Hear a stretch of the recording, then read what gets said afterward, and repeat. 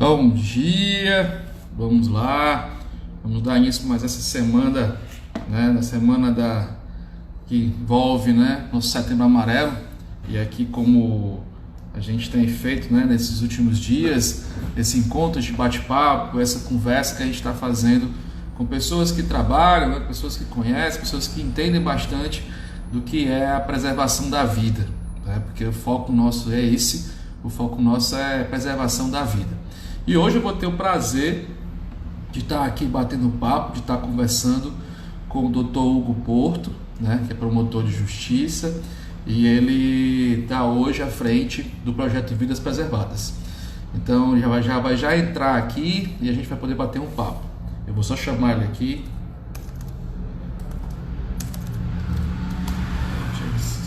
É só responder ele aqui.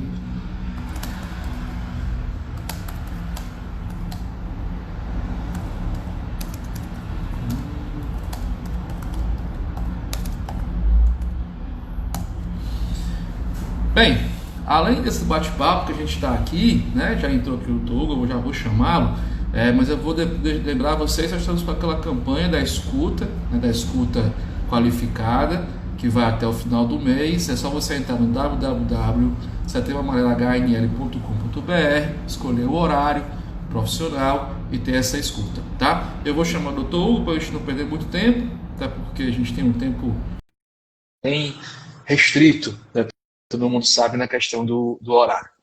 Vamos ver se consegue conectar. Ela está conectando já. Bom dia a todos, Olá, bom dia a Hugo. todas. Vou tirar aqui a máscara. Eu tirei a minha máscara para enxergar, estou sozinho na sala por uma questão de segurança, então... Pronto, aqui também eu pedi para sair aqui as pessoas, então ficar também, dando aqui os fones, um minutinho. Pronto. Bom dia, Alex. Tudo bem? Tudo bom. Tá Como é que o senhor está? Tudo bem? Tudo bem. Estou ouvindo bem. Pronto, eu também. O senhor só está um pouco de ponta cabeça, assim. Acho que se eu colocar o telefone na outra posição para cima, só fica... Não,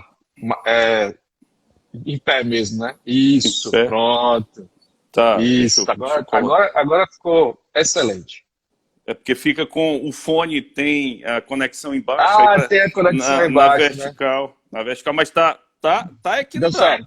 Ele se equilibrou aqui. Tá andando. Tudo bem? Deu certo.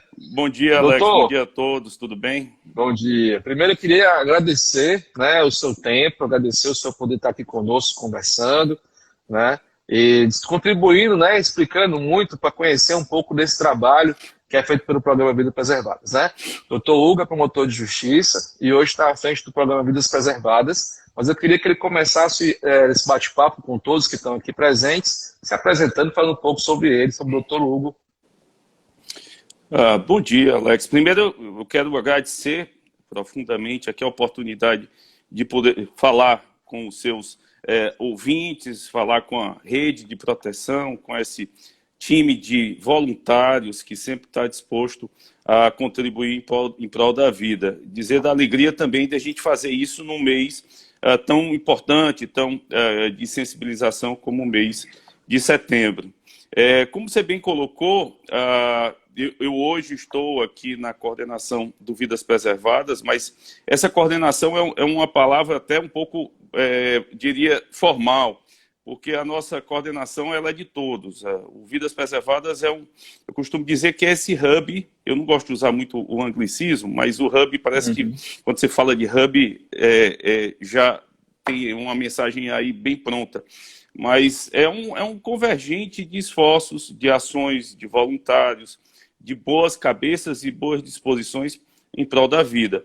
E esse programa hoje, aqui no Ministério Público, antes um projeto, ele iniciou ainda em 2018 com uma boa ideia iniciada pelo Dr. Hugo Mendonça, que estava aqui anteriormente, e está conosco. O Dr. Hugo é um benemérito que continua empolgado e sempre muito contributivo aqui com Vidas Preservadas. Ele está na Secretaria-Geral hoje aqui do MP, então ele divide essas atenções, mas sempre que pode ele está conosco, inclusive na abertura desse mês, aliás, na abertura desse mês e também no lançamento do Vidas 2020, ele esteve conosco, sempre falando e sempre procurando ideias e caminhos. Hoje, eu estava num centro de apoio, né, aqui no Ministério Público. Existem distribuições de tarefas, existem as promotorias, né, eu faço parte, eu estou na promotoria de defesa da pessoa com deficiência, aqui em Fortaleza, e dentro da estrutura do MP existem centros de apoio, que são centros de convergência de esforços, de apoiar realmente os colegas, interagir com os entes externos, entes internos, de sorte que você consiga entender melhor o que o cidadão precisa, o que o cidadão quer, né, e transformar isso em ações dentro do Ministério Público. E, de igual modo, os colegas que muitas vezes demandam material, documentos, estudos, da mesma toada também há essa interação interna. Então, eu estava antes no Centro de Apoio, chamado Centro de Apoio da Cidadania, que hoje está muito bem representado pelo Dr. Enéas Romero, e logo que eu passei hoje para uma outra atividade dentro do MP, o Dr. Hugo perguntou se eu poderia continuar como esse, vamos dizer assim, voluntário, esse agente também dentro do Vidas Preservadas. E aí esse projeto foi transformado em programa para que ficasse permeado dentro do MP. Não fosse uma ação pontual, mas uma coisa institucionalizada, que é o que deve ser, inclusive, o enfrentamento de qualquer demanda de qualquer área da saúde ou da educação. Então, hoje nós temos o Vidas Preservadas como algo perene, né? É um programa que existe e existirá dentro do MP, porque ele foi institucionalizado, né? Excelente, doutor. Excelente, doutor Porto. Deixar claro, né, Togo Mendonça, né, que esteve à frente do programa, lá do projeto. Agora o doutor Hugo Porto, que são dois Hugo, né? Então fica para fazer uma confusão. Até às vezes já faço, então vou ser muito sincero com o senhor. Então, assim, a gente teve o prazer, né? A gente teve o prazer de ser convidado, o nosso lar hoje faz parte, né, desse projeto já desde 2018, se eu não me engano. E é muito bom saber realmente que isso virou um projeto, que isso realmente é algo que não vai ter um limite, um fim, né? Que isso vai continuar, até porque a situação da preservação da vida ao suicídio é algo muito sério que talvez cada vez mais está ficando mais difícil a gente lidar com isso e explicar isso, e tem que trabalhar muito isso. Eu queria que o senhor, por favor, explicasse um pouco como é que funciona o projeto, como é que é a atuação do Ministério Público e as entidades que fazem parte desse projeto, como é que elas trabalham hoje nesse hub. Também não gosto muito dessas questões, né, de usar termos, mas acho que realmente é que mais explica o formato, né, desse projeto. Alex, nós utilizamos de todas as vias para conseguirmos fazer esse elan, essa união entre os parceiros, né? Nós temos dentro do próprio ato normativo que criou o programa, né, tirou de projeto para ser um programa, algumas ações que são, vamos dizer assim, perenes, constantes no Vidas, que uma delas é o processo de capacitação, né? Existem vários treinamentos, sejam prestados por pessoas voluntárias do projeto, como a professora Alessandra, o Dr. Fábio Gomes, a Aline, enfim, a Animara, enfim, são vários, eu não vou aqui sair citando porque eu serei indiscutivelmente injusto e eu não farei isso, mas nós temos uma cartela de programas, de treinamentos, de capacitações. Nós temos um trabalho muito interessante junto com vários parceiros, eu cito aqui a PDMC, que é a Associação para o Desenvolvimento dos Municípios do Ceará, que articula para que os municípios possam ter os seus planos municipais de prevenção do suicídio, que esses planos sejam convertidos em leis ou decretos dentro de cada município, para que também se mantenham como uma política institucional e não uma política que possa mudar a cada gestor. Então, a PDMC, junto com o Vidas e conosco aqui do MP, articulando sempre com os colegas promotores das pontas, que estão nas comarcas, nas cidades que a gente chama de comarca, que eles possam fazer com que uma semente do Vidas brote naquela cidade, né, se torne realmente uma realidade e por meio de uma via planejada. E o plano é esse canal. E é interessante que a gente fala de capacitação, a gente fala de plano permite que a gente veja as nossas deficiências dentro do território, né, daquele município, deficiências nos órgãos de assistência, nos órgãos de saúde, na iniciativa privada, de comunicação.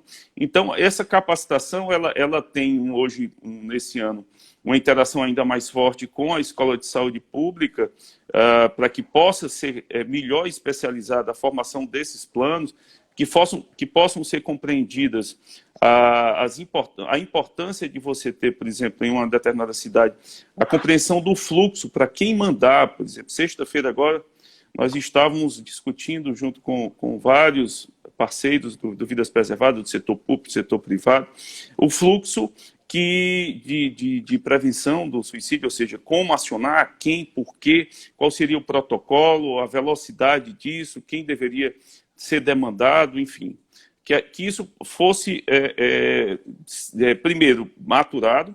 A gente trabalhou isso no Fluxo Fortaleza, o doutor Enéas bem na frente, junto com a doutora professora Alessandra, junto com os parceiros públicos e privados, enfim, várias cabeças trabalhando no Fluxo Fortaleza, e que a gente recebeu um start para, né, estabelecer uma agilidade também no fluxo no interior do Estado. E iniciou-se um trabalho mais, já vinha se fazendo, mas se iniciou um trabalho mais focado e estamos evoluindo nisso. Então, nós temos no Vidas Preservadas as capacitações, que tem delas uma importante, todas são fundamentais, mas aquela que chega mais ao cidadão, que são os guardiões da vida, que permite que você tenha um olhar mais qualificado para perceber sinais que possam ser sinais de alerta, seja para acionar o setor público, seja como uma rede de apoio familiar, seja de uma rede de apoio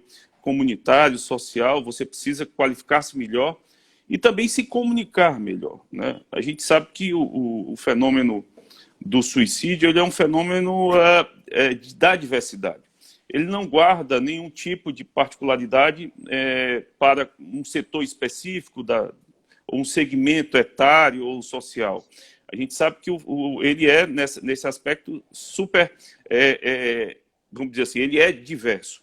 Ele está no segmento dos jovens, ele está no segmento dos idosos, ele está no segmento de igualdade racial, de diversidade de orientação sexual, enfim, não há nenhum tipo de conotação maior ou menor, ainda que as estatísticas estabeleçam índices diferentes, né, da ocorrência desse fenômeno, mas é importante a gente saber que ele não é restrito a uma faixa etária ou a um segmento social, a uma determinada etnia ou um determinado grupo. Na verdade, ele está presente, e por isso nós precisamos nos conhecermos e conhecermos bem aqueles que estão no nosso entorno, né?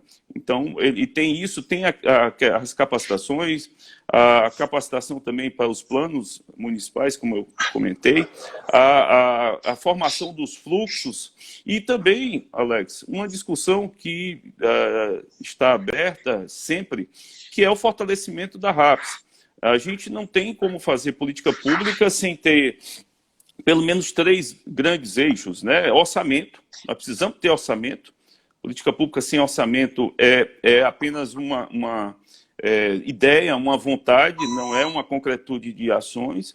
Nós precisamos ter números bem definidos e um conhecimento com células definidas de ação. Então, a RAPS é fundamental. Termos uma linha de cuidado estadual para a questão da prevenção e pós-venção do suicídio também é outro ponto que o Vidas Preservadas está tratando, está estimulando, e sempre é importante, Alex, passar aqui a mensagem de que nós não pretendemos, como Vidas Preservadas, sermos, por exemplo, como às vezes pode transparecer, o Ministério Público agindo com relação à Secretaria do município X ou do Estado do setor A ou do setor B, educação, saúde, enfim, assistência. Mas, na verdade, é um conjunto de parceiros agindo. O Ministério Público ele trouxe o programa apenas para a sua instituição, para que ele pudesse ter uma espécie de espinha dorsal, uma fonte condutora.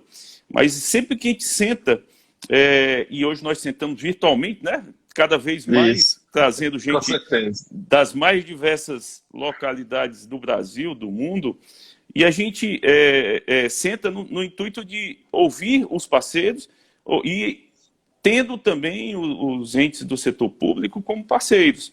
Parceiros na formatação de orçamento, na formatação de política pública, e assim que a gente está lidando atualmente com a questão, por exemplo, dos fluxos no interior, da iniciativa de ter um plano de cuidado, o doutor Davi Queiroz, junto com o Copom, que já vem desenvolvendo um trabalho importante, mas que tem muitos desafios, né? E a gente está nesse avanço coletivo, né? Nesse avanço de uma certa cobrança, mas, ao mesmo tempo, apresentando propostas, sempre uma cobrança propositiva. Eu achei interessante o senhor colocar, né? Uma rede, né? A RASP é uma rede, né? A gente tem que esse conhecimento de que nós temos uma rede, como você tem uma rede em várias outras áreas da saúde, né? Seja na cegonha, com as mamães, né? Seja em qualquer geral, seja qual for. Você tem todo um sistema que você atende o paciente, e o paciente no sistema SUS, como todo quem não conhece, ele tem várias fases, né? Então, assim, desde aquela pessoa que está com aquele problema, se sentindo mal, ele vai procurar um ambulatório, procurar uma UPA, procurar um atendimento inicial, aquele que precisa já de atendimento de acompanhamento, que procura um CAPS, até aquela pessoa que, infelizmente, por uma questão dela, é necessário realmente buscar uma internação psiquiátrica para que naquele momento aquela situação seja controlada e depois ela possa voltar ao seio da família e se tratar. Então essa rede realmente ela precisa funcionar, porque quanto mais essa rede funciona, menos pessoas, a gente sempre gosta de falar isso, eu sou hospital psiquiátrico, mas a gente não gosta de ver gente reincidente, vamos dizer assim, reinternando, né? A gente percebe que quando tem muita reinternação, apesar disso ser algo comum, a gente percebe que às vezes é porque a rede, infelizmente, precisa ser melhor estruturada. Mas o ponto interessante que eu coloco aqui é o seguinte, que o suicídio é um problema de saúde, né? Às vezes a gente fala sobre isso, as pessoas falam, mas as pessoas não entendem com o tamanho que isso se comporta hoje, né?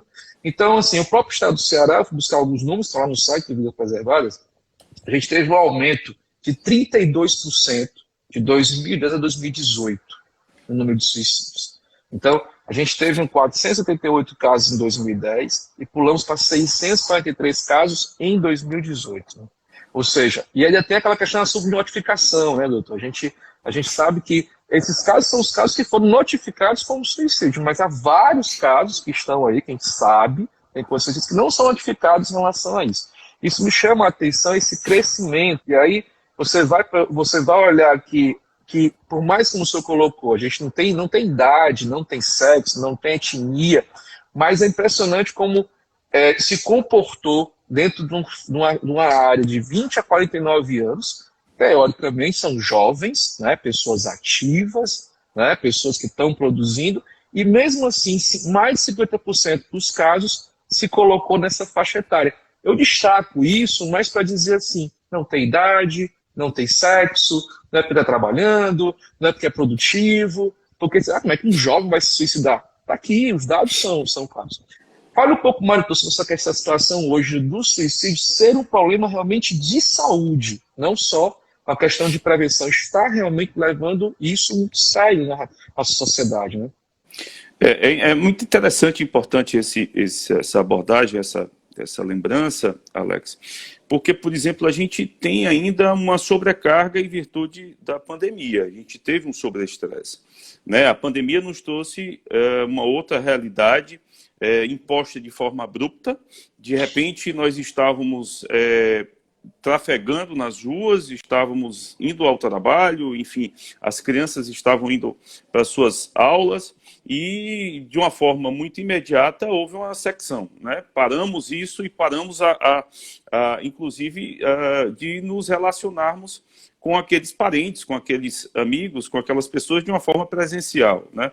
Esse desafio também foi percebido pelos registros que a Secretaria de Saúde do Estado do Ceará coletou. Por exemplo, eu estava olhando aqui, no período de janeiro a julho de 2020, nós tivemos um incremento tivemos o seguinte número: mais de um suicídio a cada 24 horas.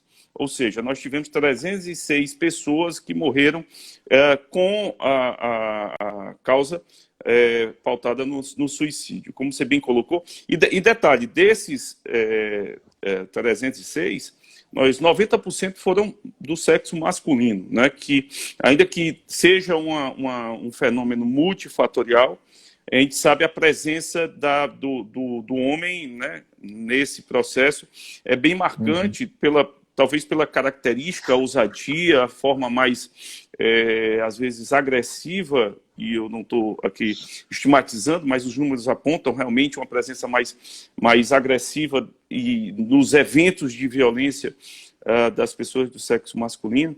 A gente vê as taxas aí nos estudos de criminologia que apontam para essa verdade, para essa realidade, melhor dizendo. Então, a gente percebe que houve uma sobrecarga vinda da pandemia, e a gente tem aí, por exemplo, a constatação da própria Sociedade Brasileira de Psiquiatria, né? A gente sabe que nos eventos extremados, e aí eu posso citar dois que a história nos oferta aqui, no crash da Bolsa de 29, né, que vem aí depois da Primeira Guerra Mundial, nós tivemos uma elevação significativa dos índices de suicídio, e naquele momento causado preponderantemente por questões econômicas, né? E existiram quebras do setor financeiro, do setor produtivo, e isso repercutiu uma cadeia.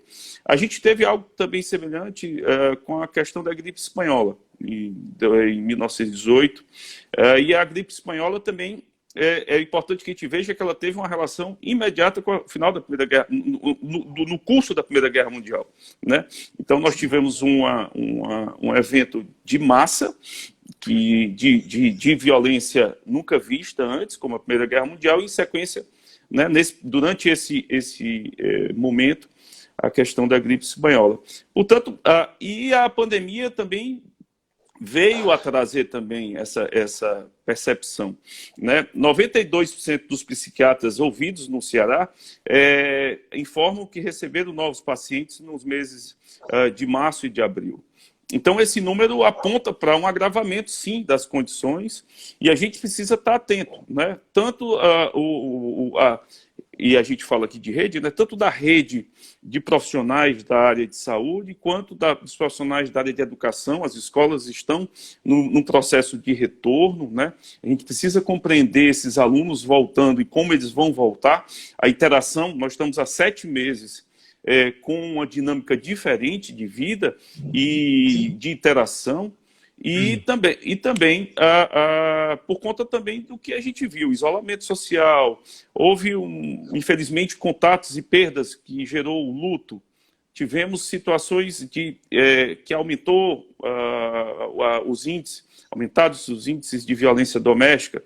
Então, tudo isso aponta para uma sobrecarga de estresse que tem a possibilidade de ser um gatilho que nós não desejamos, mas que pode ser um gatilho para que o fenômeno do suicídio ocorra. Mas temos que estarmos atentos, vigilantes e preparados para as capacitações para enfrentarmos isso de uma forma correta. Não, isso que o senhor colocou é extremamente importante. Nós estamos agora, né, com um projeto chamado Setembro Amarelo Virtual.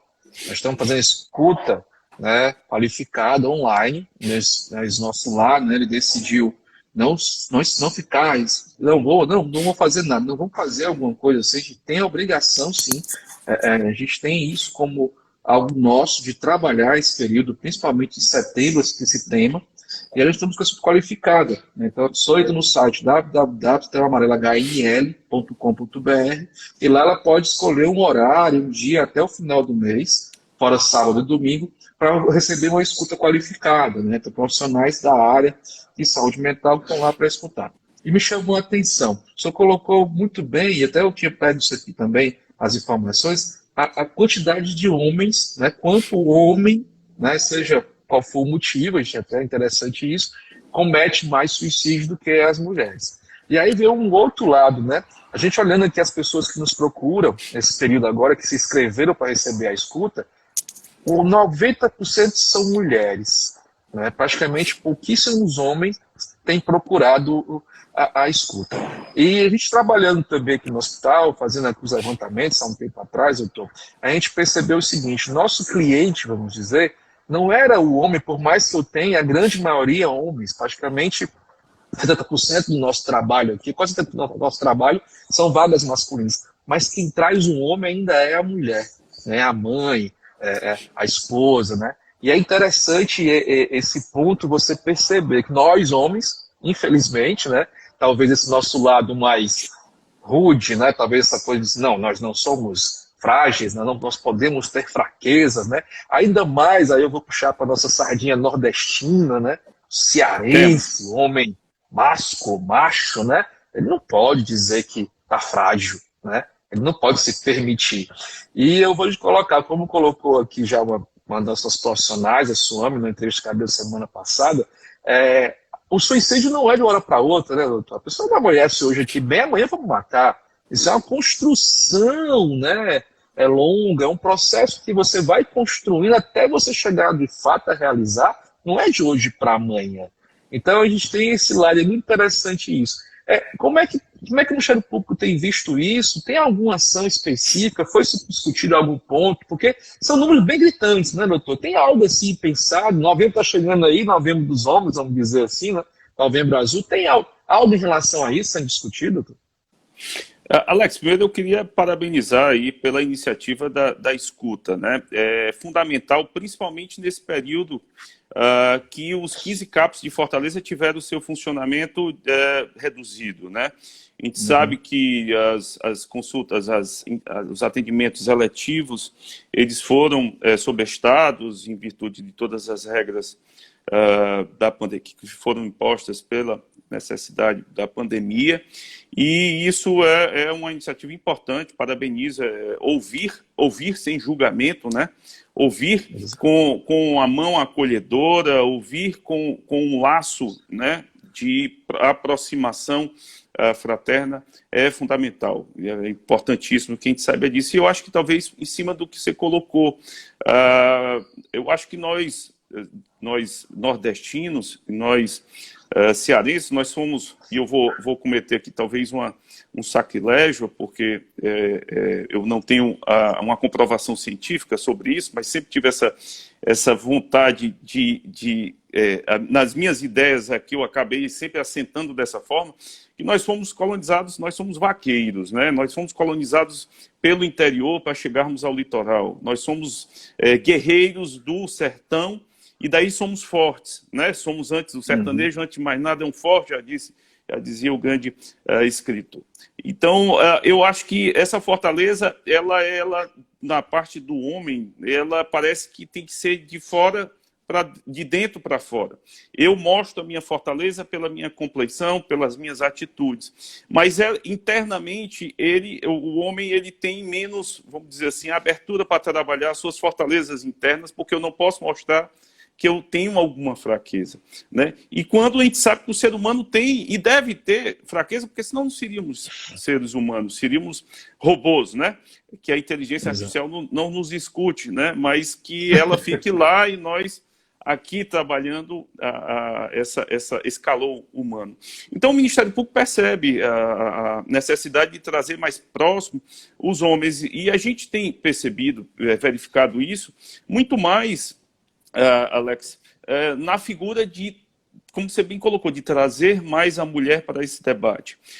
O homem, às vezes, é mais arisco, ele tem uma característica, e isso não só na questão do suicídio, mas em outras mesmo. Quando a gente lida, você que é gestor, que tem essa visão plural do ser humano, a gente percebe que a mulher tem um quê mais de detalhe, é mais detalhista, ela tem uma forma mais, às vezes, vamos dizer assim, plural de ver o mundo, né? E eu não estou aqui fazendo nenhum tipo nem procurando fazer nenhum tipo de delimitação de uma diferença entre homem e mulher, não era isso que eu quero.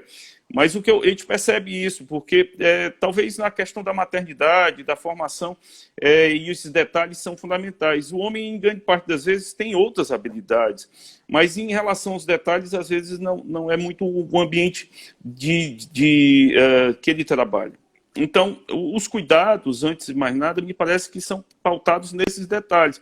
A gente percebe, por exemplo, a questão da prevenção.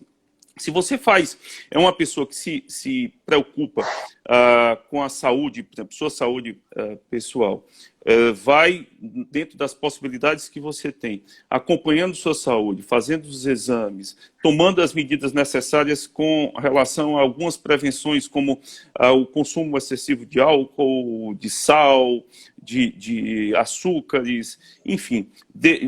Você tem a possibilidade, né, e as regras estão aí, de ter uma vida melhor. Mas quando a gente percebe esses cuidados, e você colocou muito bem, as mulheres parece que estão mais nos ambientes de saúde para entender melhor da prevenção e o homem menos. Então a gente quer trazer cada vez mais por meio de alguns sensíveis homens que estão conosco, são grandes parceiros, e também pelo exemplo, né, que a gente traz por meio, no caso aqui do Setembro Amarelo, onde a gente cada vez mais procura trazer mais parceiros, e eu cito Alex, que talvez vá ao encontro do que a gente está falando. Por exemplo, a maçonaria está entrando como uma grande parceira, e maçonaria a gente sabe que historicamente um reduto masculino, e ela se preocupou com isso, e nós, na segunda-feira que vem, nós teremos aí uma participação do Vidas Preservadas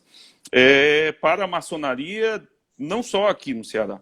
Então, veja que é um olhar que já vai chegando no reduto historicamente masculino, né? Masculino. E que está preocupado. Então, me chamou muita atenção, ainda no começo do projeto, hoje programa Vidas Preservadas, a quantidade de pessoas que aos poucos se aproximavam do Hugo Mendonça, de mim, dos demais colegas, da doutora Alessandra, dos parceiros.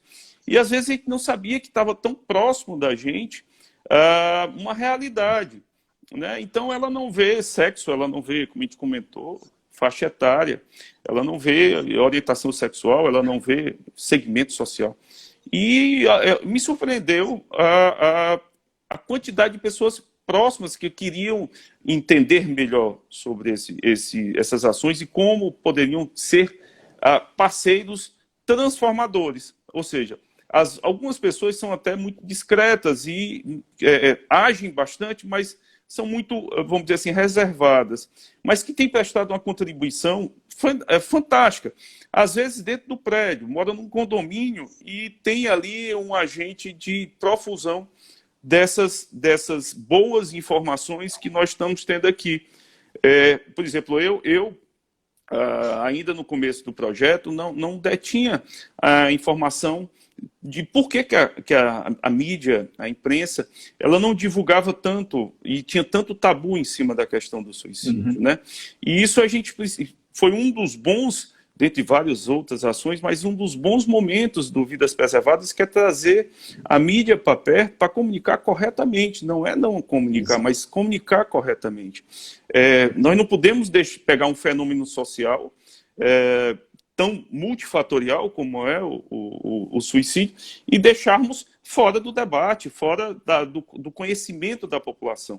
E isso foi também dos objetivos, e a gente tem avançado, né? A discussão sobre como melhor abordar o Corpo de Bombeiros aqui no Ceará e tantos outros, o SAMU, a Polícia Militar, também parceiros e também, vamos dizer assim, conectores aqui desse fenômeno, porque são os agentes de ponta, aqueles que estão na intervenção, né? Você tem a prevenção, a intervenção e a pós-venção. Grande parte das vezes eles agem na intervenção, né? Não que não possam agir na outra, mas primordialmente nesse momento. E a gente observa a evolução e a participação das corporações, né? Não só trazendo uma contribuição riquíssima, como também dialogando para aperfeiçoamento dos mecanismos internos de cada grupo. Eu vejo isso de uma forma muito, muito positiva. Eu acho que o Ceará tem, né, exportado essa tecnologia social, vamos dizer assim. Que bom. Eu vou trazer um pouco mais assim, dentro do tema, mas dizer um pouco também, doutor.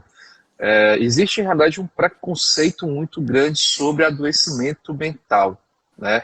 Nós temos ainda, dentro da nossa mente, aquela percepção que o doente mental é uma pessoa desagregada, é uma pessoa que tem que ficar trancafiada, uma pessoa que não pode ter convívio social. E eu gosto muito, eu falo isso, eu tenho outra atividade que eu realizo como educador, e eu sempre coloco lá, digo, eu sou um doente mental.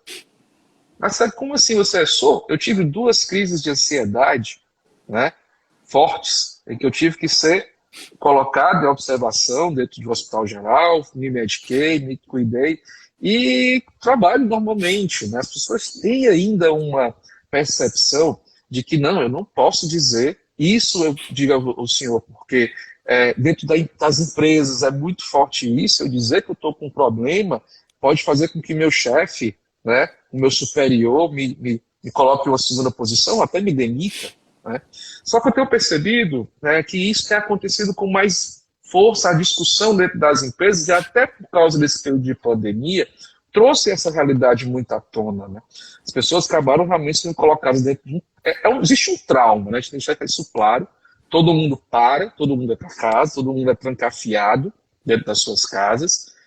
Ou seja, isso é um trauma muito grande. Quando o senhor fala dos psiquiatras que estão recebendo novos pacientes, a gente discute já a questão do trauma, do pós-trauma, né? Então é uma realidade, você tem um transtorno pós-traumático, que isso se fala pouco sobre o quartão.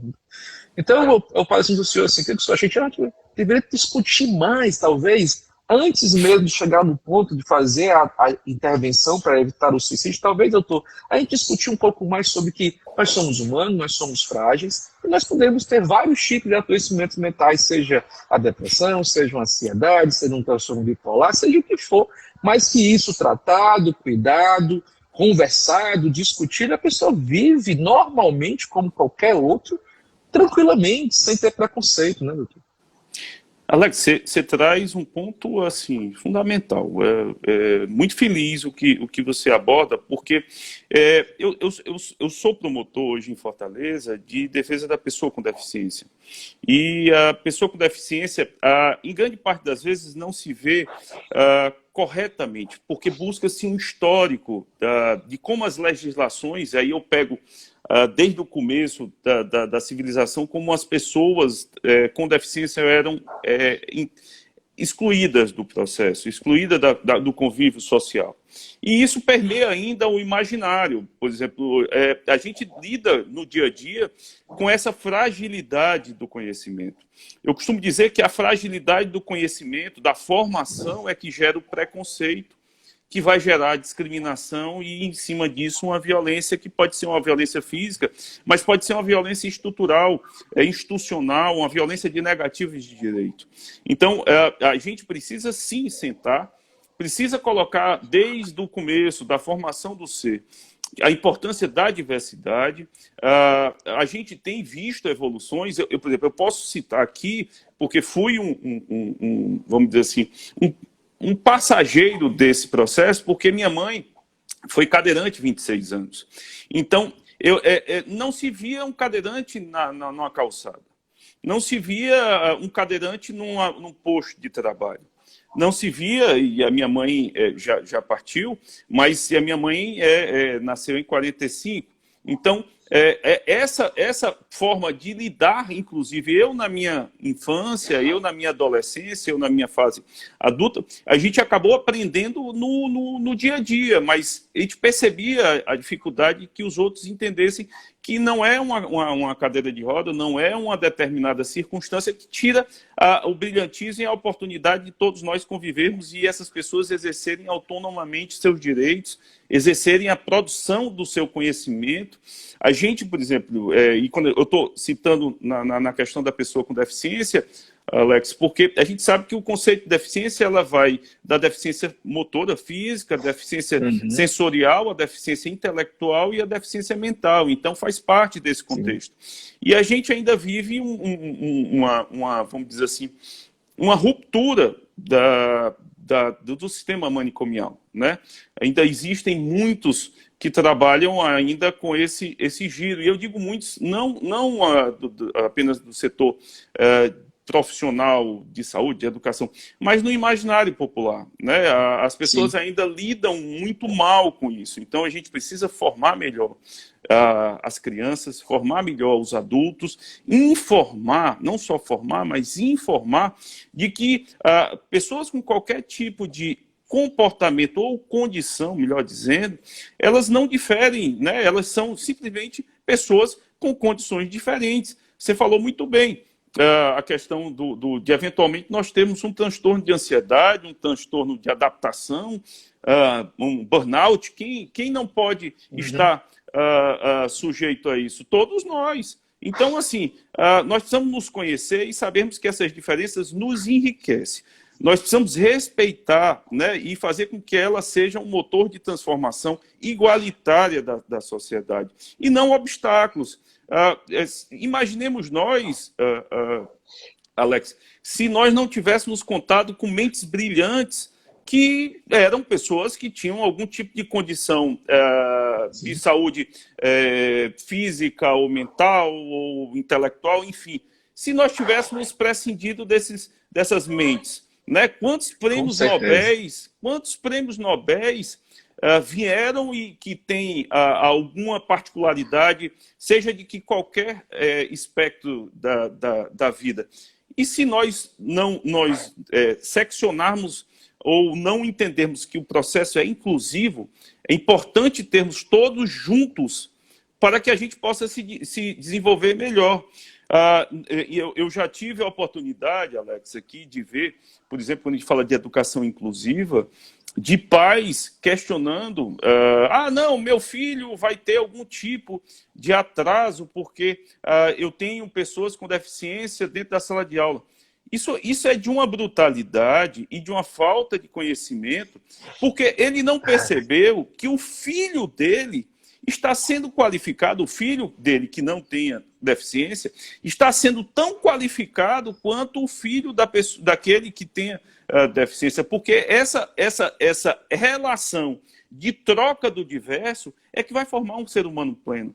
Então, assim, eu tenho, meus filhos não têm deficiência, mas eu sou um defensor de que eles convivam com a diversidade para que eles se formem com um ser humano que entendem da importância do diferente, do diverso. E essa importância é que enriquece. Então, eu sempre costumo dizer o seguinte: você está perdendo a oportunidade, primeiro, de não falar uma tolice, segundo, de que seu filho tem o direito de conviver com a diversidade. Se uma pessoa é alta, baixa, pessoa com deficiência, se ela é negra, se ela tem um credo A ou B, C, isso é que vai fazer o seu filho um bom ser humano no futuro, e se você tiver uma visão profissional, um profissional melhor. Imaginemos nós, Alex, que o profissional, às vezes, e eu vejo isso com às vezes até com muito humor, é que o sujeito, um belo dia, vai fazer um curso de direitos humanos.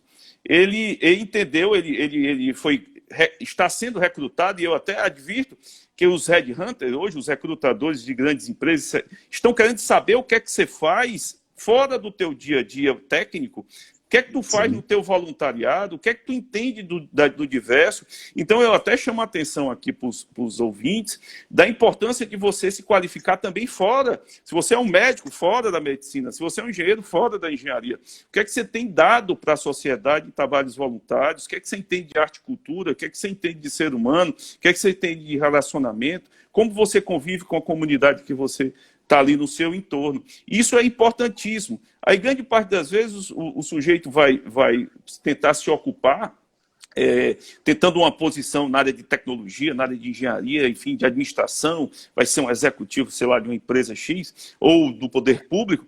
Aí ele vai fazer um curso, porque ele diz, eu preciso fazer um curso de direitos humanos. Como se direitos humanos Existem cursos de direitos humanos, mas cursos de direitos Sim. humanos para você balizar no sistema jurídico, para você balizar no sistema didático de alguma área do conhecimento. Mas a formação humana, um belo dia você não vai fazer um curso e dizer, agora doravante eu estou entendendo que é direitos humanos. Isso faz parte tem que estar fazendo parte da tua formação como ser desde o começo. E não você, um belo dia, perceber como você tem um vazio. Então, eu acho, às vezes, com muito humor. Olha, eu vou fazer um curso de direito humano, que eu vou fazer uma seleção, e eu estou sabendo que os currículos não são mais aqueles. Precisam ter atividades humanitárias, atividades comunitárias. Eu digo, interessante, né? Mas é um aviso também para as nossas crianças, né? É importantíssimo, né? Eu tenho filha, né? Tá chegando agora a segunda, e eu sempre digo Parabéns. isso. Obrigado. Eu trabalho na instituição filantrópica, ela é espírita, eu sou católico, o senhor acabou de falar da maçonaria, né? Eu acho que a gente tem que pensar no ser humano, né? Tem que pensar no bem-estar do outro. Não importa, como o senhor colocou, a religião, não importa a opção sexual, não importa. O que importa é a preservação da vida. A gente tem que juntar forças, a gente tem que ser diverso, porque nós somos diversos. O humano, ele é diverso. E outra coisa, seja qual for o canto que você for, existe um ponto inicial, o meu direito, como ser humano, de escolher o que eu quero fazer da minha vida. Então não me cabe eu, seja quem for, pré-julgar ou julgar ou diminuir aquela pessoa pela escolha que ela fez. E eu vou dizer uma coisa, então você falou assim, sobre a questão dos ícones, né, da história. Stephen Hawking tem um filme famoso. Você vê o que ele fez para a física mundial, mesmo sem a menor condição física, teoricamente, né, de fazer. Então, parabéns, doutor Hugo. Eu acho que é isso mesmo. A gente tem que discutir mais isso, a gente tem que conversar mais sobre esse assunto. Eu acho que essa história de diversidade, nós já somos diversos, nós, seres humanos. Não tem ninguém que não seja diverso. E tem que, primeiro, respeito. Ponto. Respeitar. E entender que o ser humano é muito mais do que um rótulo, certo? E a gente tem que... Você começar a quebrar essa história e dizer assim, não, porque é bom fulano, é bom... Não, todos somos bons. E se a gente consultar força, seja de qual for o caminho que vier, para o bem do ser humano, isso é que é mais importante. Nós estamos chegando aqui a 50 minutos de conversa, o bate-papo está excelente, né? Como falei, sempre passa rápido. E aí eu vou deixar esses minutinhos para o senhor falar um pouco mais aí sobre vidas, deixar suas palavras finais e deixar o recado que o senhor queira deixar aí para a gente, para quem acompanhou essa live e quem vai acompanhar depois, vai ficar gravado, vai ficar salvo, para quem puder se interessar pelo tema posteriormente. Alex, primeiro eu retomo aqui a alegria de estar falando sobre isso. Eu acho que a gente tem ainda no mês de setembro esse mês de sensibilização, mas a gente deve intensificar as ações, porque a política pública de saúde no Estado e no município ainda tem muitos desafios. Essa é uma das grandes missões, né, do Vidas Preservadas, é ser esse agente catalisador desse processo, fazer com que o olhar do poder público e da iniciativa privada seja mais qualificado, né? A gente tem já grandes parceiros, né, que entendem da importância do tema, mas aí sabe que tem segmentos de gestão que ainda não aderiu, e a gente, no ambiente assim, desse segmento da pessoa com deficiência, que envolve a pessoa com deficiência mental, a gente costuma utilizar algumas questões quando fala de acessibilidade. E uma delas é a questão da barreira atitudinal. A barreira atitudinal é justamente eu desconheço, eu boto uma porta na frente, eu boto um muro na frente e eu não permito nem o diálogo. Então, às vezes, a questão do suicídio se depara com essa ausência de diálogo, né? Essa ausência de compreensão e essa necessidade de que você que está assistindo, nós todos, sejamos sim um foco profusor da formação dessas redes, que pode começar na rede familiar, na rede comunitária, na rede social, enfim, na formação dessas redes de apoio. saber também que ouvir é fundamental e ouvir sem julgamento. Não façamos qualquer diminuição daquele sofrimento que está sendo verbalizado por aquele agente, né? Existe é muito comum quando a gente fala da questão do fenômeno do suicídio, do efeito Werther, né, que é esse efeito emulador de comportamento, mimetificando e às vezes fazendo com que outros repitam o comportamento de subtração da vida. Mas existe um efeito que é fundamental que nós tenhamos ele na frente das nossas ações, que é o efeito papageno, que é o oposto do Werther, que é justamente o efeito que vem de você enaltecer a resiliência, a superação, a importância do ser humano de sorrir e mostrar que nas adversidades sempre a vida é o melhor caminho. Nós não podemos prescindir da possibilidade sempre de que no dia seguinte, no momento seguinte, tudo muda e a gente pode sorrir.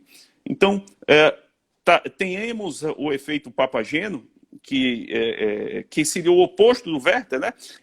Que nós espalhemos a alegria. Se a gente quiser emular ou mimetificar comportamento, que seja comportamento de sorrir, porque nós vamos sorrir.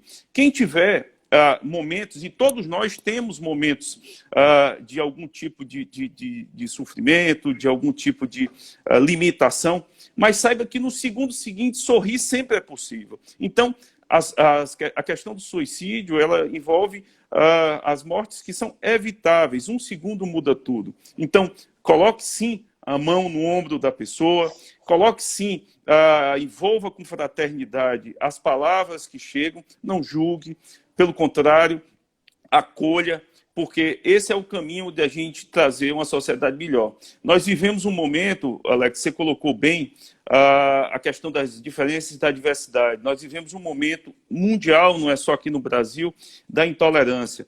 Um número muito significativo de embates virtuais, embates nas ferramentas, né, e WhatsApp, mídia social. Tenhamos na nossa mente que esse mundo virtual não é mais importante do que o mundo real.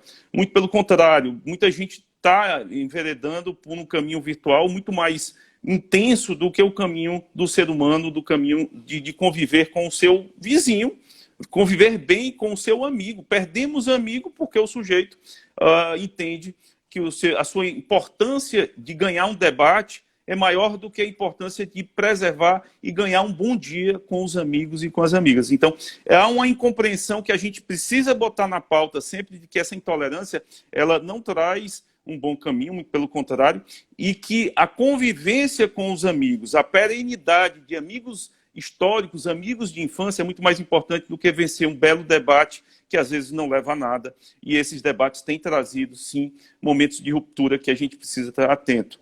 Muito obrigado aqui, Alex, e parabenizo aqui o Hospital Nosso Lar, parabenizo a iniciativa da escuta, parabenizo aqui nosso momento, assim, para mim foi só alegria, e dizer que está aqui no Vidas Preservadas sempre muito aberto para novas iniciativas, boas construções, que ainda tem muito caminho, mas caminho só se constrói com muitas mãos e muitas cabeças. A gente desdobra cérebro para fazer o melhor.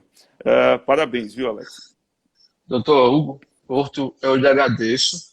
Vou pegar essa sua fala final e vou fazer a colocação que eu aprendi na minha vida. Eu só me construo como ser humano quando eu aprendo a discutir com outro divergente de mim. Eu só consigo formar uma opinião como ser quando eu escuto a opinião contrária. Porque aí eu consigo avaliar a opinião contrária com a minha opinião e definir a minha opinião, conhecendo a opinião e respeitando a opinião do outro. Isso é um fato realmente que está muito difícil hoje em dia. As pessoas não querem mais discutir opiniões, querem brigar mesmo, né? Não querem conversar sobre pontos diversos. E a gente precisa realmente debater isso. Eu acho que é importante o convívio. Você tem que ter pessoas... quando você cria um mundo só seu, né? Você acha que só aquilo é verdade. Aí você fica extremado em algumas realidades. Eu sou uma pessoa que gosta de ouvir a divergente, eu gosto de ouvir quem discorda de mim e debater, né? Trocar opinião, por mais que eu não mude a minha, mas eu estou escutando o outro. Eu só quero agradecer mais uma vez ao senhor, foi realmente um bate-papo espetacular. parabenizar o trabalho, né? A gente está aí, a gente é parceiro desse trabalho, o senhor pode contar com o que o senhor precisar com o Hospital Nosso Lar. O Hospital Nosso Lar tem esse pensamento de preservação de vida, né? A gente trabalha no nosso dia a dia para isso, o nosso paciente está aqui para isso, a gente quer que ele fique bom rapidamente, o mais breve possível e volte para o seu familiar. Muitíssimo obrigado ao senhor, ao trabalho realizado. E, pessoal, quem quiser, procura lá o site do Vidas Preservadas para conhecer um pouco mais. Só colocar no Google lá, Vidas Preservadas, vocês vai abrir lá a página, tem explicando, tem quem faz parte, tem documento, tem muita coisa interessante. E quem estiver aqui, que quiser uma escuta, quiser precisar, alguém está precisando, indica www.setembroamarelo.hnl.com.br, é gratuito, é só entrar lá e fazer essa escuta. Doutor, muito obrigado, né, e até o próximo. Muito obrigado. Tchau, pessoal. Abraço a todos que estão ouvindo aí. Muito feliz em ter participado desse momento. Até mais.